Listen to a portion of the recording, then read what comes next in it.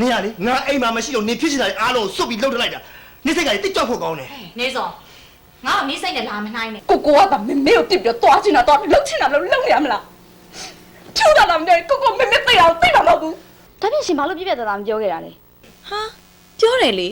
တို့အပြက်ပြောတာပဲဒါပေမဲ့ तू ကမယုံတာအဲ့တို့ဘာလုပ်ပေးရမလဲ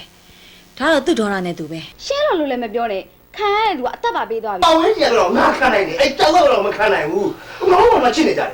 ကြောက်တော့ဘာဖြစ်လဲဟမ်သူ့ဘာပူကြရှိတယ်ငါ့ဘာမှအိမ်မမဟုတ်တာနေနဲ့ငါနေရလေတစ်ချိန်နဲ့မွေးသမီးတဲ့နှုတ်ဆို့ခဲ့တာပါရဲ့ငါနမဆိုလို့ရှင်လည်းမမှားပါဘူးအဲ့နှုတ်ငါအစိတ်ခတ်ပါမလားဘာမှမလဲဘာမှမတော်ဘူးနေလာငါအမေနှုတ်ကိုခိုးဆိုပြီးတော့ကြီးလာတာနှုတ်တခိုးမှကြောင်မှ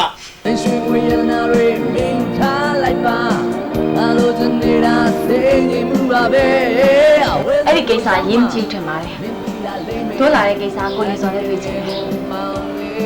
တို့ညာလို့မှားလေလားမင်းမမနဲ့မြန်ဘလို့များပတ်သက်နေပါလဲအဲ့ဒါမင်းနဲ့မဆိုင်ပါဘူးကိုယ်စိတ်ကူးနဲ့တိတ်တဆိတ်ရှောင်နေပါမယ်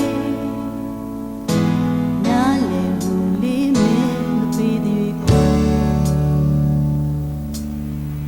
အေးအဲ့တော့ပစ္စည်းကုန်ဝင်ဝတ်တယ်လို့ငါအမုန်းဆုံးပဲသိလားဟဲမြို့ကျွဲချစ်ခိုင်းနေလို့လေဒါမှနေမစားပိတ်နော်အောင်မဘာလို့ပိတ်ရမှာမပိတ်တော့နေဘာလုပ်ချင်လဲဘာလို့ချက်သေးချင်အောက်ကိုဆင်းခဲ့လားမဆင်းနိုင်ပါဘူး